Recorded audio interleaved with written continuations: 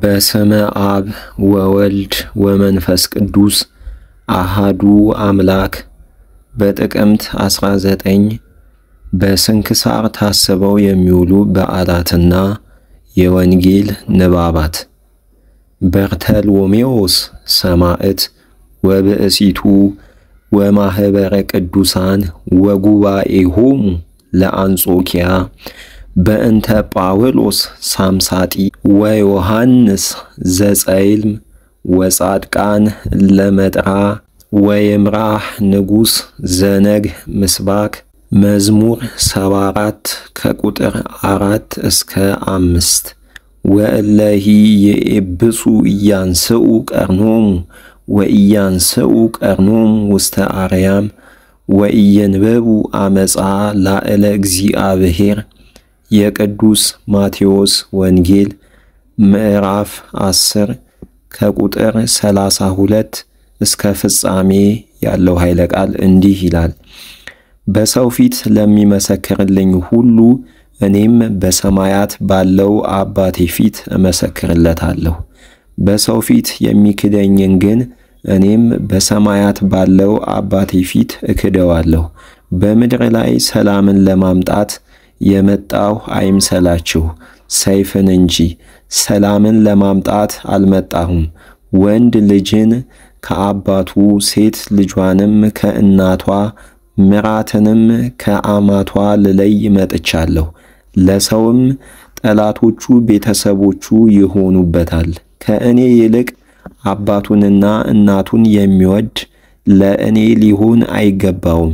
ከእኔም ይልቅ ወንድ ልጁንና ሴት ልጁን የሚወድ ለእኔ ሊሆን አይገባውም። መስቀሉንም ተሸክሞ እኔን በኋላዬ የማይከተለኝ ለእኔ ሊሆን አይገባውም። ነፍሱን የሚያገኛት ያጠፋታል፣ ነፍሱንም ስለ እኔ የሚያጠፋት ያገኛታል። እናንተን የሚቀበል እኔን ይቀበላል፣ እኔንም የሚቀበል የላከኝን ይቀበላል። በነቢይም ስም ነቢይን የሚቀበል የነቢይን ዋጋ ይቀበላል። በጻድቅም ስም ጻድቅን የሚቀበል የጻድቅን ዋጋ ይቀበላል። ከእነዚህ ከታናናሾቹ ለአንዱ በደቀ መዝሙሬ ስም ቀዝቃዛ ጽዋ ውሃ ብቻ የሚያጠጣ እውነት እላችኋለሁ ዋጋውን አያጣም። ስለ ቃሉ የቃሉ ባለቤት ልዑል እግዚአብሔር ስሙ የተመሰገነ ይሁን። የቅዱስ ጳውሎስ መልእክት ወደ ቲቶ ምዕራፍ 3 ከቁጥር 8 እስከ 12 ያለው ኃይለ ቃል እንዲህ ይላል። ነገሩ እውነት ነው፣ ስለዚህም እሻለሁ በእግዚአብሔር የሚያምኑ ሰዎች በመልካም ምግባር ሁሉ መረዳዳትን እንዲያስቡ ታጸናቸው ዘንድ እወዳለሁ። ሰውንም የሚጠቅመው በጎ ነገር ይህ ነው። ፈጥረው ከሚናገሩት የጠብና የስንፍና ነገር፣ ከተረትና ከዋዛ ነገር ራቅ፣ ከንቱና የማይጠቅሙ ናቸውና። ክዶ የሚያስክድን ሰው አንድ ጊዜና 2 ጊዜ ከመከርከው እንቢ ካለ ተወው። እንዲህ ያለው ሰው የሚያሳስትና የሚያስክድ መናፍቅ እንደሆነ በራሱም ላይ ፍርድን እንደሚያመጣ አስታውቅበት። ስለ ቃሉ የቃሉ ባለቤት ልዑል እግዚአብሔር ስሙ የተመሰገነ ይሁን። የመጀመሪያው የቅዱስ ዮሐንስ መልእክት ምዕራፍ 2 ከቁጥር 22 እስከ ፍጻሜ ያለው ኃይለ ቃል እንዲህ ይላል። ኢየሱስ መሲህ አይደለም ብሎ ከሚክድ በቀር ሐሰተኛ ማን ነው? አብንና ወልድን የሚክድ ሐሳዊ መሲህ ይህ ነው። ወልድን የሚክድ ሁሉ አብ እንኳ የለውም። በወልድ የሚያምን ግን አብ አለው። እናንተስ ቀድሞ የሰማችሁት ትምህርት በእናንተ ዘንድ ጸንቶ ይኑር።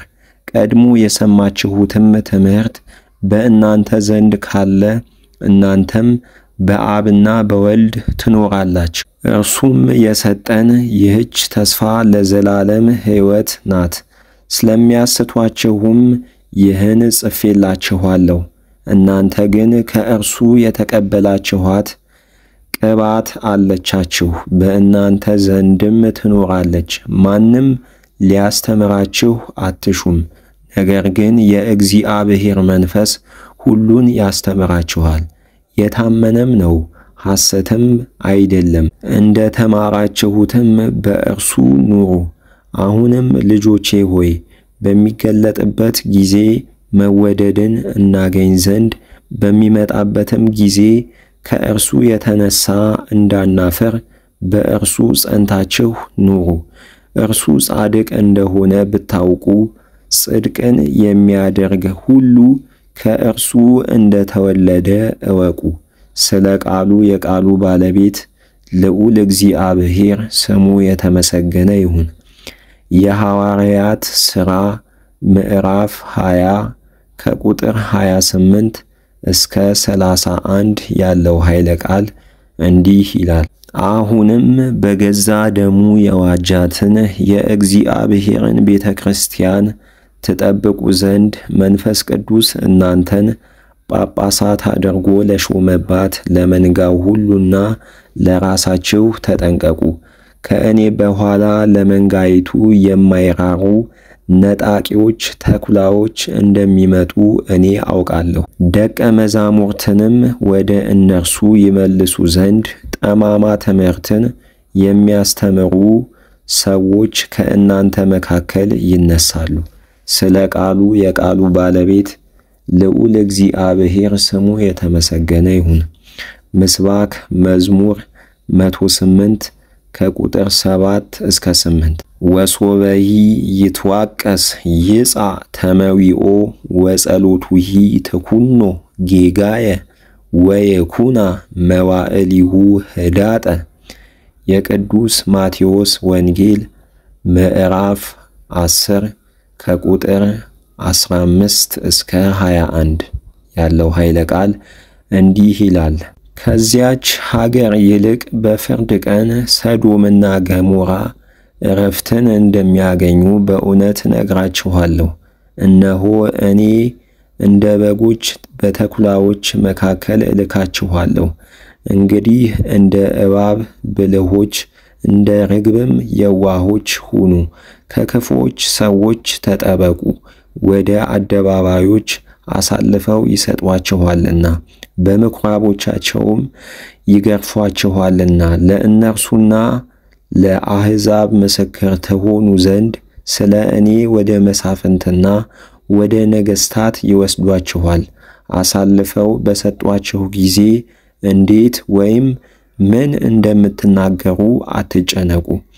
በዚያች ሰዓት የምትናገሩት ይሰጣችኋልና የሰማያዊው አባታችሁ መንፈስ እርሱ በእናንተ ላይ አድሮ ይናገራል እንጂ የምትናገሩ እናንተ አይደላችሁምና።